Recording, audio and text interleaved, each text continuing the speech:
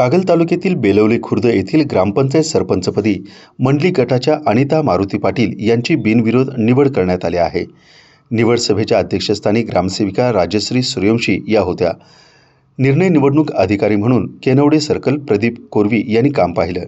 यावेळी मंडली कारखान्याचे संचालक नेताजी पाटील, राजे गटाचे मारुती पाटील, केपी पाटील, अशोकराव पाटील, ज्ञानदेव जाधव, संभाजी पाटील, सदस्य अशोक पाटील, छाया जाधव, उपसरपंच दीपाली पाटील, धनाजी कांबळे, महाजी पाटील यांच्यासह ग्रामस्थ उपस्थित होते। या निवडीनंतर अनिता पाटील यांच्यावरती शुभेच्छांचा वर्षाव करण्यात आला। दरम्यान टीव्ही नेक्स्ट मराठीशी बोलताना नूतन सरपंच अनिता पाटील यांनी या निवडीबद्दल समाधान व्यक्त केलं।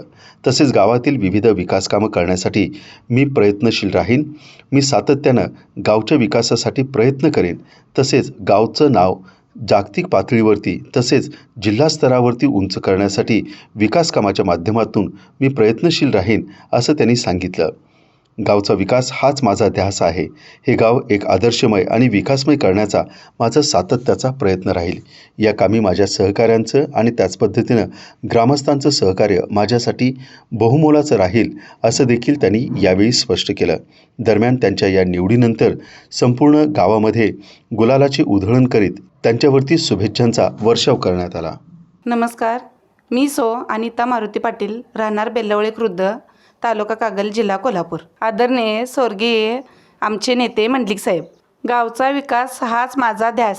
बेलवळे गावच्या विकासासाठी मी प्रयत्नशील राहीन। तसेच ग्रामसेवक व ग्रामस्थांचे मी मनापासून आभार मानते।